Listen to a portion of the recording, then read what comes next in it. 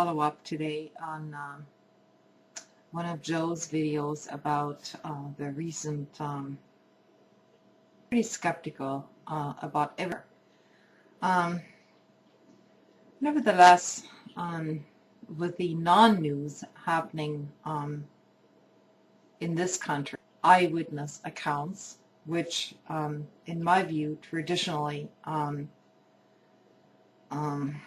don't hold that much water, because I myself know that my own recollections of I'm becoming less skeptical of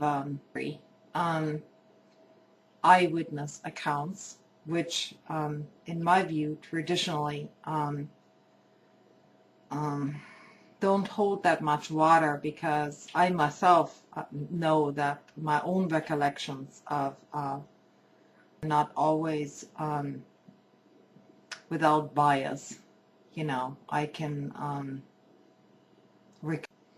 past events, I recollect certain things and then not others.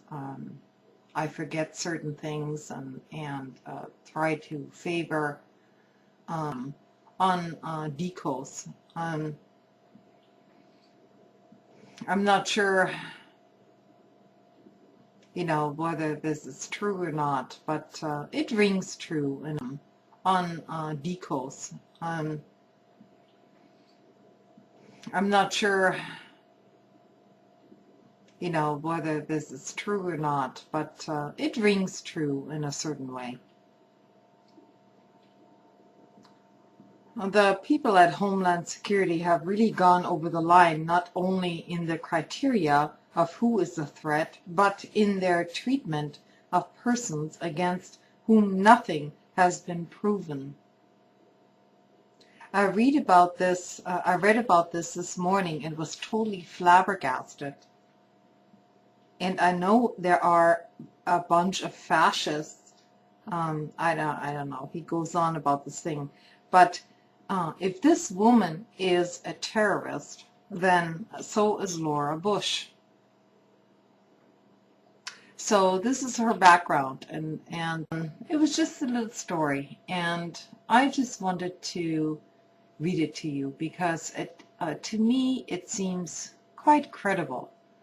And I mean, I could be totally wrong about this, and somebody might be posing, you know, some bullshit on this site. You have to remain skeptical all the time. But, you know, this was a story entitled Homeland Security Goes Gestapo and Detains Music Scholar. This is this diarist on DCOS then explains her background, this woman's background, who was falsely arrested. She was born in Wales. Her mother is a British homemaker, and her father, a professor emeritus of educational psychology at the University of Wales, was born in India to a Sikh family and moved to Britain in the 1960s. A redacted government report about the episode obtained by her lawyer under the Freedom of Information Act erroneously described her as Hispanic. She, this woman in question, is a musicologist, basically an academic, you know, dealing with with music, okay, who is an expert on some musicians, in other words, a British composer who wrote Pomp and Circumstance at Mills College in Oakland, California. Or at least she used.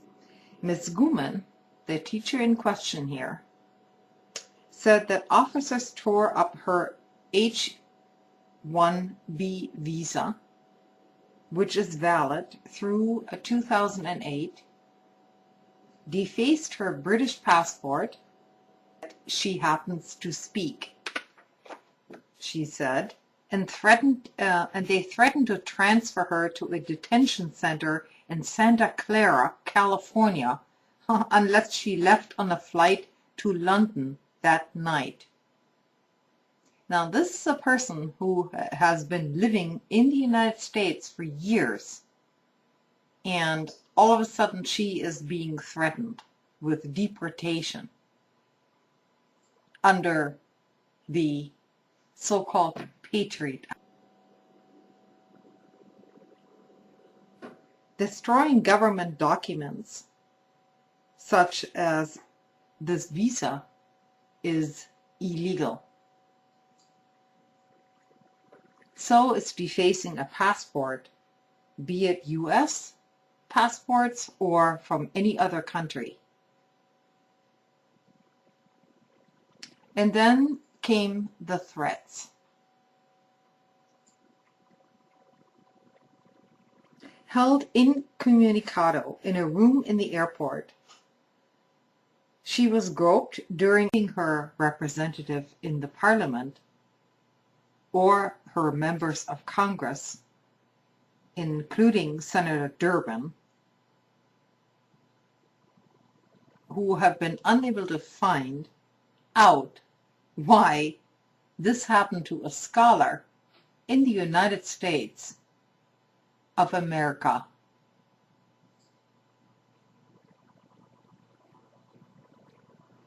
So in the name of the American people, in the name of national security, an innocent woman has been deprived of her livelihood. Her students are deprived of her teachings, and her reputation has been besmirched. Ordinary people are speaking out, but why are academics and the universities, why they are silent during this particular incident, or rather, for that matter, thanks, in terms of the larger events, tends to agree with me or with others in the long term. You know, nevertheless, since nothing is forthcoming in the news, certain eyewitness accounts take on more importance. And I came across a little story which was never recommended on the DCOS site, you know, the